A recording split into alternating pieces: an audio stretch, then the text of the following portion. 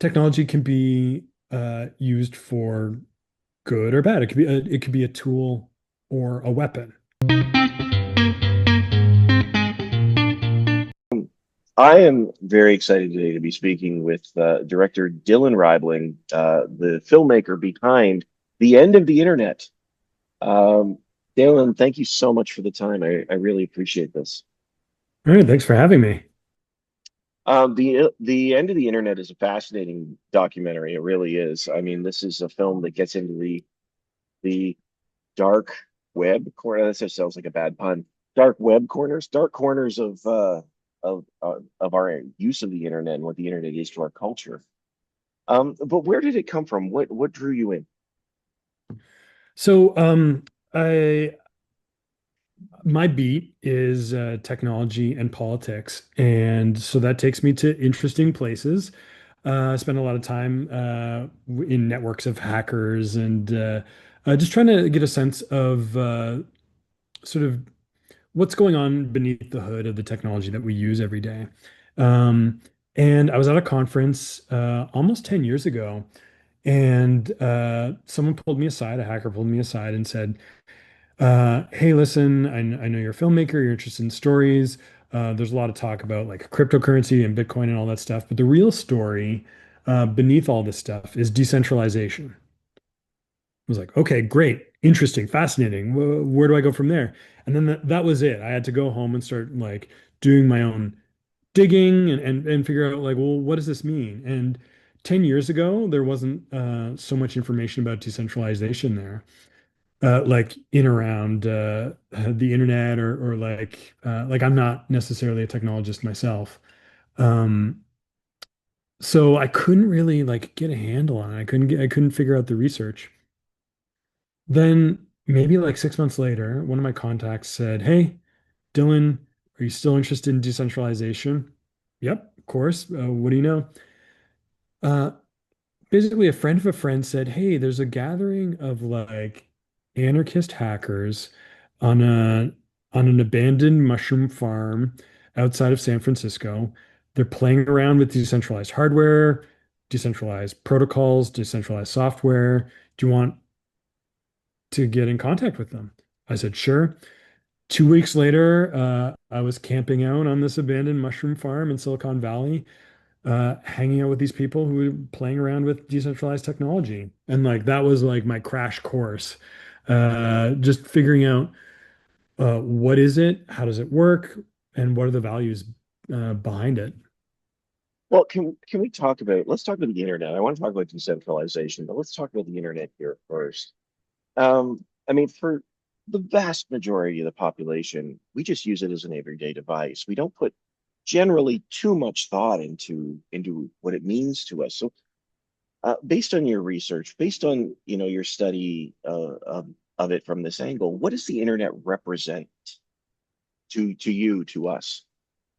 Well, it's actually a really interesting thing. Like one of the challenges with making a film like this is uh, like how do you talk about how do you talk about technology without getting into the nuts and bolts that like causes people's eyes to glaze over, you know? Like uh I think you're right. It's something that we use every day. Um and you don't need to have like a master's degree in electrical engineering uh to know that. I think that general people generally have a sense that the internet, there's something off about the internet that we have. Like, I think there's like a general sense of dissatisfaction with the internet that we have. And so, like, I see it, I think everyone kind of sees it as this communication infrastructure, right? Like a telephone. Um, it's a way, it's like a medium for communication. So where does this sense of dissatisfaction come from? Uh,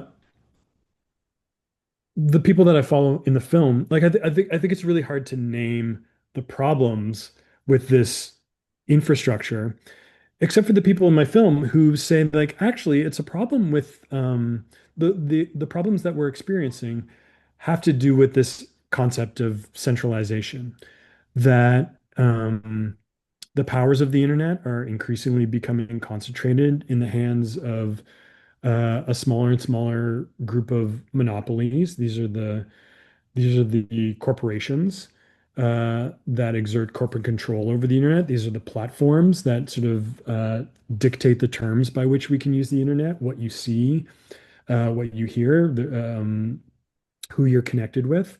These are the internet service providers who are like really who exert control over how much you can see and when. Uh, so yeah, and I felt like this idea of like, oh, if we look at it from the point of view of consolidation of power, all of a sudden that starts opening up some avenues of answer as to like why we're dissatisfied. Yeah, yeah. I mean, it is interesting when because again, we don't think about the grander story. We just think about whether or not we can check our email. Yeah. Uh, and for us as a population, it's so easy for us to, well, if you, for lack of a better term, sign on to the terms and conditions without reading them.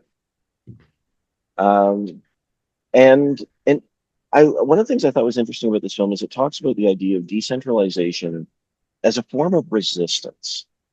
Can you talk about that and actually tell our people what it means, what the decentralization in the internet means? Well, I mean, decentralization is really sort of defined by like an opposition because I mean the bottom line is Um, centralization is something that is very powerful. It the reason why we've ended up with the centralized internet that we have today is that concentration of power is actually very efficient. It does a lot of heavy lifting for us. The example that everyone uses is with email. Like one of the problems that we noticed with email, like, I don't know, like 20, 30 years ago, was that, I mean, you could probably remember days when your inbox would just be flooded with spam, right? Spam emails. And a lot of people, myself included, have switched to Gmail. Why? Because they have amazing spam filters. Now, Gmail is a centralized organization. It's run by Google. And so they're able to, have a full network, like a scaled up internet network where they can filter out not just emails for you, but emails for everyone across the network. So in that case, it's like centralization can be very powerful. But, with that comes like other examples of consolidated power where like I don't get to control the algorithm that shows me different feeds on Twitter or X, the everything app. I don't get to control what I see on Facebook or the algorithm um, that shapes what I see on Facebook. So, and the reason why is because there is a centralized, consolidated platform making these decisions for me. So decentralization is a way of saying like, oh, wait a second, like, is there a way to do some of these things where we're not dependent on a central critical force? And so, resistance is sort of built into that mechanism. It's interesting because I know the film focuses on Urbit as the potential spoiler death of the internet, if you will, as we know it, certainly. But I would love to hear from you. What are the pros and cons of this other system? Because the film does show that decentralization in this way also comes with its drawbacks. And is that a better way for us?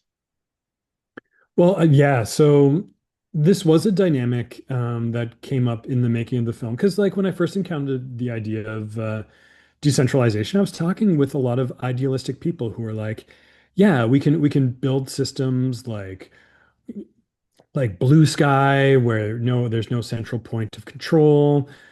People were using decentralized you see in the film, there's a person who's using decentralized protocols to preserve access to sensitive information, like news about democracy in Hong Kong.